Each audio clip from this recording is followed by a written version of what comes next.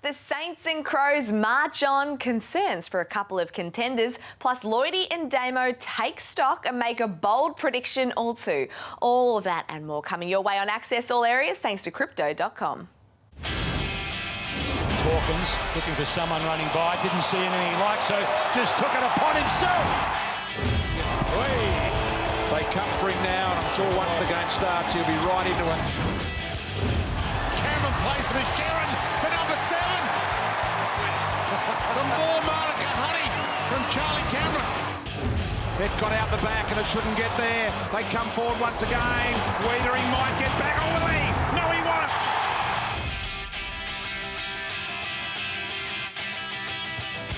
Hello and welcome to Access All Areas. Great to have your company on this Anzac Eve. Damien Barrett and Matthew Lloyd are here. Welcome to you both. Morning, Matt. Thanks, Nat. Now, before we dive a little deeper into round 6 and everything that happened, I do want to take stock for a moment. Just take a breath because we're a quarter of the way through a season now. So I want to get from each of you maybe a bold prediction or two, but we'll start with which team, Lloydie, has surprised you the most? With the Saints, Nat, I went and watched them train in the pre-season a number of times, and they had more guys in the injury list than they had actually out on the training track. They were missing so many targets, and I thought they're in for a long year, St Kilda. But what they were doing is they were getting hammered with their running.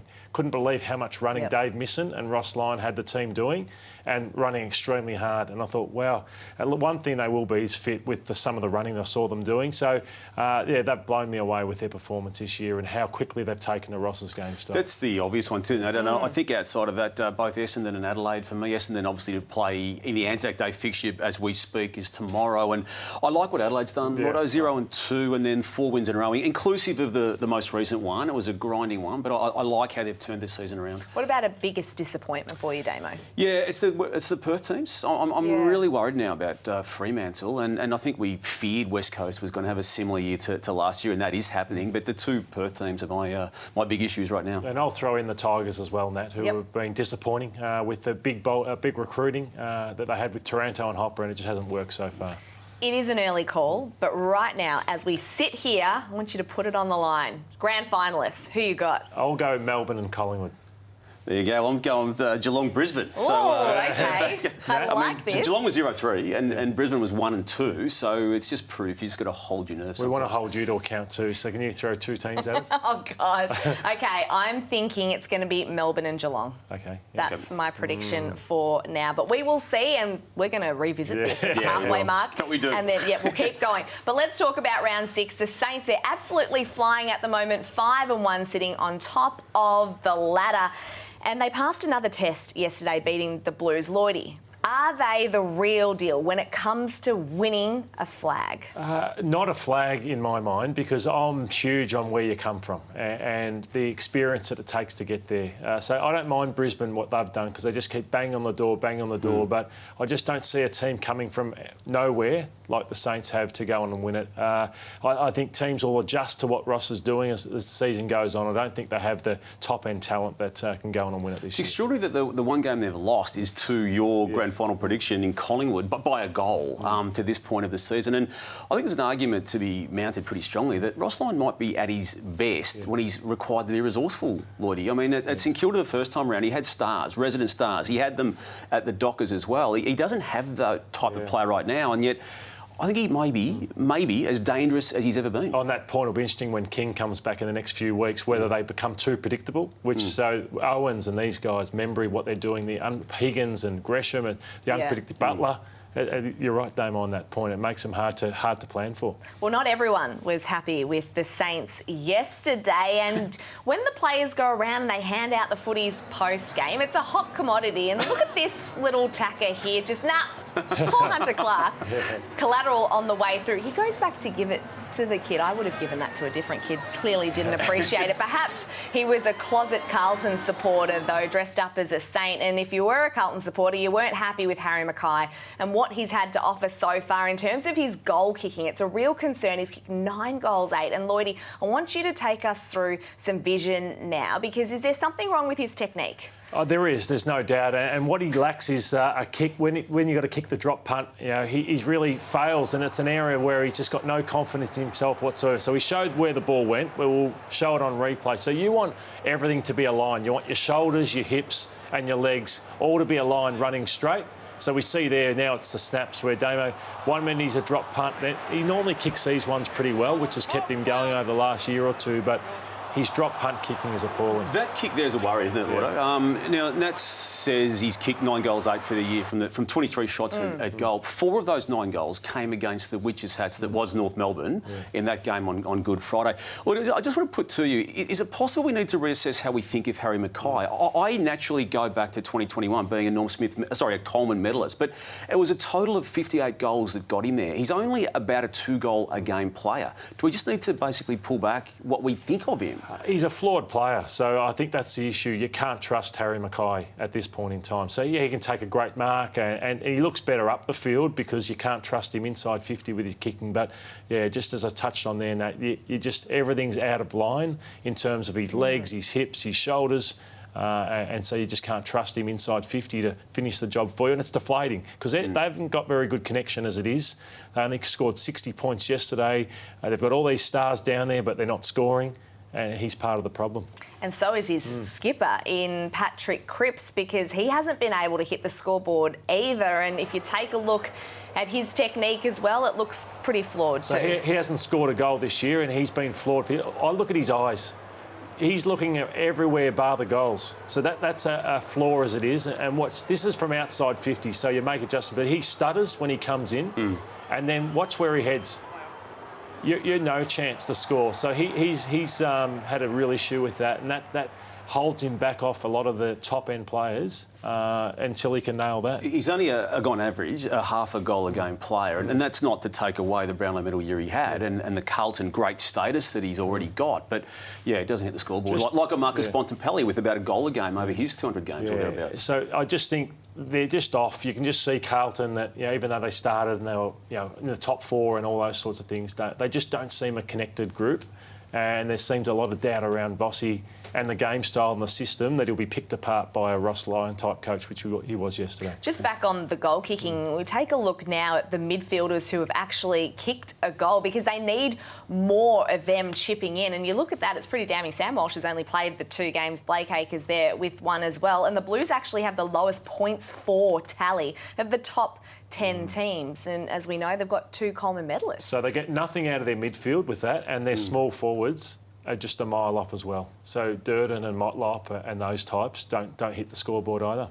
Well, another team that's not performing at the moment is North Melbourne, and they started the season with 2 narrow wins over West Coast and then, of course, the Dockers. But, Damo, they've struggled in the last 4 weeks and they were outclassed by the Suns. Yeah, they really were, Nat, and Brisbane Lions the previous week as well. I mean, Alistair Clarkson came in with a lot of hype and it looked validated there for a while, but ultimately the access or lack of access to high-end talent, it gets everyone. And I don't know what his next plan is, because he's been trying to play this zone arrangement that they're just not ready to play, Lordo. No, so Sheasel's been a highlight. George Wardlaw, hopefully we see him at some point soon. So all you can do is just keep playing the young blokes. But at the top end, you just need more from Mackay. Like Mackay was blitzed by King yesterday in the first half. So if your top end aren't standing up and leading the way, you're in serious trouble. Well, speaking of Ben King, he kicked 5 goals. 4 of those came in the first half. Jared Witts was back for the Gold Coast Suns. So important to them as the co-captain. And Damo, it was some relief for Stuart Dew to get that win. Releases the pressure a little bit on him. Yeah, to me, it only just buys some time, Nat. And I don't factor in a win over North Melbourne making any of the big problems go away. Albeit, he had to do it, and they did do it convincingly. Well, the Crows have now won 4 games in a row. It's the first time they've actually done that under coach Matthew Nixon. Lloydie, it went down to the wire yesterday against the Hawks. They are in the top 4, but just talk me through these last couple of pieces of brilliance here from Isaac Rankin and then Darcy Fogarty. What I love about the Crows this year is they've gone from a team that always had a crack but lacked polish.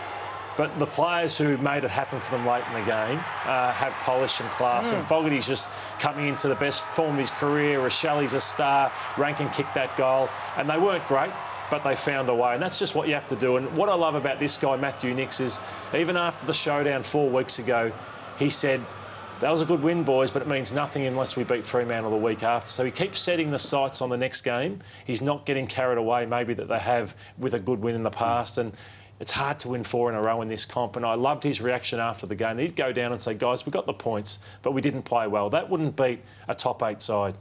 And that's where the Crows are in a good space at the moment. Shattering too for the Hawks, of course, because they've come so close in the last 2 weeks. With about 6 minutes to go, they're 13 points up. And Damo, they just let it slip. Yeah, they did. And they did enough last week, didn't they, Nate, against GWS before Harry Himmelberg got involved. And then we just saw both Fogarty and Rankin get involved late in this game. I mean, the 22 that run out there each week are having that crack. And I think that they will like that. And I suppose what we're highlighting here is how, with 6 minutes to go, that they decided to basically soak up the time, that the time was the issue, not the score. And I can understand that. And look, they are a young team. They don't have the experience on the field. We're about to highlight an experienced Crows player who helped them get the result yesterday. They didn't have that yesterday, Lordo, and ultimately this style of football didn't suit where they're at. Yeah, too long. 6 minutes is too long in football when it's only 11 points. And what you've got to do is take the ball forward. If you take the ball laterally and sideways, it's a matter of time before you turn the footy over. And saw Sam Mitchell, he was shattered after that. And I think he did think that they were too safe in those last moments of the game. And Damo, you briefly just mentioning Rory Sloane, but he had 30 touches. 11 of those came in the final term. He was immense. I do want to get on and talk about Saturday night, the grand final rematch. A fair bit of hype and talk about it, but we weren't after a grand final replay. But unfortunately, that's kind of what we got with the Cats absolutely eviscerating the Swans by 93 points. A couple of weeks ago, the Cats are 0-3. Now they're 3-3. Are they actually back? Well, I still don't know. I mean, as I said, I just still think they'd make the grand final, but I don't know. I mean, Hawthorn game in round 4, which got them going, then West Coast, which will finish bottom of ladder near Hawthorn, and then they copped a Sydney Swans outfit, which was absolutely there for the taking. Having said all that, they looked really good, particularly with what they did against the Swans. Yeah, I think it's the way they played. That was a stunning performance. And as bad as Sydney were, and they were horrible, Geelong were extremely good now. Well, and Jeremy Cameron just had another day out as well. He's kicked 27 goals now in 6 games, but it's just the celebrations all round. It's not just when he kicks a goal, it's also celebrating, Lloydie, when his teammates are lining up. Look at this here. I heard Tom Hawkins and Gary Rowe, and they work so well together, and there he is. Like, sometimes I wish I could be like Jeremy when I played, where you just enjoy it. It's like he's playing in the country. Yeah. He's just like playing country footy, but he's out on GMHBA or the MCG, and they're so unselfish as a team. They enjoy each other's company, and that wasn't the case 3 weeks ago, but they're having fun now. He was even kissing a football on the weekend now too, after a teammate at Hawkins, I think it was, put it through for the goal. Hey, is the ton there for the taking? Yeah, it is. Because he's on track, isn't he? And again, I think the beautiful element of this, he's not burdened or weighed down by it, is he? I mean, he's not trying to get the 4.5 goals he needs in the home and away season to get there. He's just organically doing it, and seeing those celebrations of teammates doing it, it's working for him, for himself, with the goal tally. And just on the Swans, I think internally they always worried about their depth. They said our top enders are good and some of our kids are good, but if we get a few injuries, we could struggle, and it's been proving the case at the moment. Now, Port Adelaide fans got a glimpse of what their forward line might look like in the future. Obviously, Charlie Dixon's towards the end of his career, and Mitch Georgiades, unfortunately, has injured himself in the SANFL on the weekend, but has been out of favour. Ollie Lord made his debut in the win against the Eagles. It took him a couple of cracks in front of goal before he finally scored his first. That one was a particularly bad shank, Lloydie, and then this one when he got the hurry-up from Eleni Gluftis. Well, Charlie Dixon wasn't there, and he got his opportunity, and what a great size he is. We've seen him come through. You know, he played for Geelong Grammar in the APS private school system, and some of this stuff, this is brilliant. Just that clean hands, willing to take the hits like he has with setting up goals for teammates. Just for the record, how long did it take you to kick your first goal? I think it was 20 seconds. In the pre-production meeting, it was 15, and now it's gone out. It's blown out to 20. It was off the ground, though, wasn't it? Yeah, it was. I know, but still. It doesn't matter. You take it exactly however you can. Only kicked 925 more. Now, don't forget to put your tips in, of course, for the AFL's official tipping competition with thanks to Cryptocom. Who are we tipping tonight, Lloydie? The D's or the Tigers? I think they'll be in a nasty mood, the Demons, after a poor performance last week. So I think they will win well. Yeah, I see a demolition coming up, Nat. I'm not a good tipster, as everyone knows, but tonight I see it that way. Okay, so that means the Richmond Football Club's going to win. And tomorrow, Anzac Day. I like Collingwood in this game, and even though they've got that massive hole still in the ruck, I still feel they'll have enough against the Bombers. Some Collingwood people say Essendon can't beat them tomorrow. They never will because of the injury, but I'm going to tip the Pies as well. Okay, well, there you have it. It is time now for quick gives, and I want short, sharp answers. Please, Lloydie, we start with you. Who will finish higher on the ladder, Port or the Crows? I'm going to say Port Adelaide. I like what they're building towards. I think they have a greater top-end talent. To you, Damo, when will the new AFL CEO and Gill's replacement be named? After May 9, Lordo, Federal Budget Announcement Day. That's pertaining to the Tasmanian licence, and there'll be some movement after that period. I still expect it to be Andrew Dillon. Nat, your time. Now, who's the most media-friendly club in the comp? I'm going to go with Collingwood here because they're open to a doorstop. They allow that to happen and they're pretty good. I'm happy with Collingwood. Pies. Yeah, we'll go with the Pies. Lloydie, if you could have one current player kicking a set shot for goal for your life, who would it be? Darcy Fogarty, just in front of Bailey Fritsch, who I'd take in the comp. Tamo, will Nathan Buckley be working in the media or a football club next year? Media next year, footy club the year after, I think. Watch this space on a few clubs, maybe the Gold Coast Suns as well, Lordo. Nat, Bont is perfect in my eyes in everything. Is he the perfect antidote to the sling tackle? Yeah, I did read your column this morning. It was just a love fest. Yes, look at this. He gets Jager O'Meara and look, he just lays him down beautifully. And we've seen clubs during the week, last week, also training that. Collingwood did a little bit of that as well. So I think this is the way we're going to have to go because, as we know, dangerous tackles are out. It's caring as well. Caring is sharing, Damo. It is indeed. Both of you, who's been the best recruit from another club so far this year? Lloydie, we'll start with you. Rankin for me. Yeah, I like Bobby Hill's involvement, but I've got a soft spot for Jason Horne-Francis as well with the turnaround for the Port team.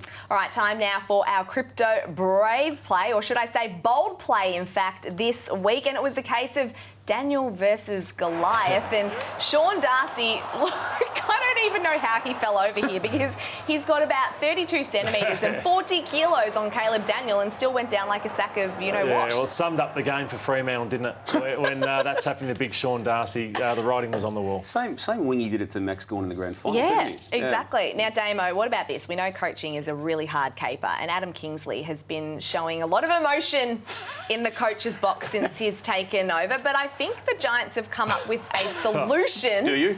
Well, I actually don't know if a stress ball works, but look at him here on the weekend. Look how small it looks in that man's hands. I know, his arms and do you think it's an Easter egg as well, Nat? I think he's about to... I don't know about this. There's anger issues there in the box, and I think crunching that ball, whatever works. Not for me, but whatever works. How many stress balls is he going to go through, Lloydie? Maybe he needs a punching bag next week where he can throw a few as well. Oh, God. And finally, just a reminder about how dangerous Taylor Walker can be. The Crows veteran, you see him here just absolutely nail this one, and he then realises he's probably nailed someone in the face, a fan, so he's apologised. And then next minute... 10 seconds later... he turns around, and here we go. I reckon he's corked the umpire. Well, he has, because this poor umpire took a while to get up, and have a look where he grabs when he tries to move away. But this is the second time in 3 weeks that a big forward's collected a boundary umpire after a goal now. Jeremy Cameron did it too. A bit of a different reaction to Plugger when he booted the ball into the stands all those years. Didn't care, did he? All right, that is all we have time for in Access All Areas. Thanks so much for joining us. Enjoy the footy tonight and tomorrow. AFL.com.au and the AFL Live app is the place to go for all of the footy news. We'll see you next week.